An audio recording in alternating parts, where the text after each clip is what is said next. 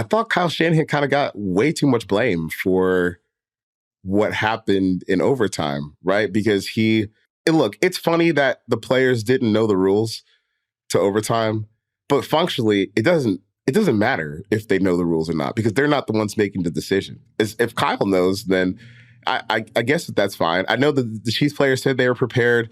They were preparing for playoff overtime scenarios back during training camp. Like, guys who are not even going to make the roster are helping them prepare for, this Super Bowl run and to be prepared in this spot, which I thought was interesting. Yeah, I think maybe it's useful to like run the scenarios in your head on how this can play out. But at the end of the day, like you still got to get on the field and play football. So, I think as long as Kyle Shanahan knew what was going on, it kind of doesn't matter as much to me.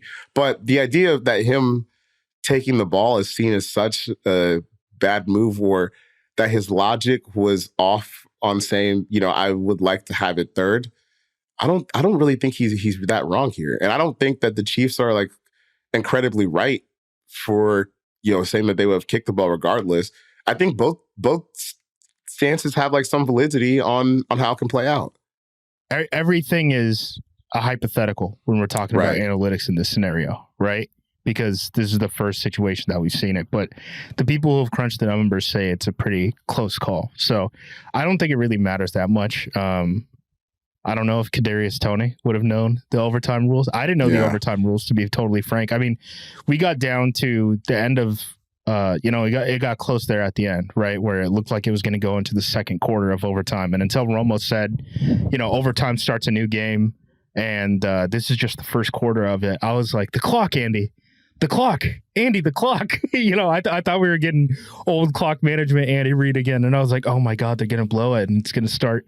I thought every quarter was a new game. So, I mean, I guess it helps. But on the defensive side, you always know that giving up a touchdown from Patrick Mahomes is bad, right? So, like, that doesn't change anything. I think on that first possession, it's an interesting thing because, you figure if you can make them punt, flipping the field position, you're probably in a better spot, right? Getting that second drive. I mean, I kind of see it both ways. At the end of the day, like, this game was about execution. It wasn't about these type of decisions or anything like that. Like, there were plenty of big moments where San Francisco could have pulled away.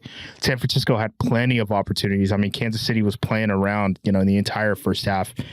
I don't know how you felt, but, me watching from my couch, I was like, the Niners should have been up like 28 or something. Easily.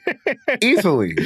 Because you have, but then, because even the first drive, like, they were cruising down the field. And then McCaffrey fumbled. And then they punched him in the mouth on the next drive. And, they kind of got into this game where they were moving the ball, but not really finishing until they got that trick play. And they even survived, like, I know Mahomes this year, he's been kind of a more, I don't know if calculated is the right word, but kind of playing in the shorter area of the field. But you survived the huge chunk play where he just threw the dime to Mecole Hardman from one side of the field, 60 yards down from left hash to right hash, 60 yards down the field. Where you got a Madden animation from 31 who just missed lost the ball completely. In the air. Like, it's double coverage. You had leverage on it. He just stops. I'm like, the heck happened there? Look, that was a little survivor bias, but I'm going to use it to push Mahomes propaganda. I think they get Pacheco fumble. So, like, they even were having breaks kind of running their way in the first half. And, dude, their defensive line was kicking ass to start game. They couldn't block at all. They couldn't really get things going. And I don't know. Yeah, like when they got to halftime, and it was 10-3 at halftime. I was like, oh, they messed up because you wasted Mahomes doing nothing in the first half. I don't even think they had like. That was your good quarter, and you're only up a score. Congrats. Right, that's when you should have been. That if I was a 49ers fan, I would have been sweating at that point because, like, oh man, like we did the thing on defense, You pummeled them. You sat on all the screens. You kind of even survived like the Dre Greenlaw injury for most of the first half, and then he did the thing. He did the Darth Vader thing and came back at the end. It's like these fighters who like fight Floyd Mayweather, and early on in the fight, it's like, oh, they're winning, 10-9, and then it's like, well, we got like 6 rounds left, and we know Floyd is going to win every single one of those. So yeah.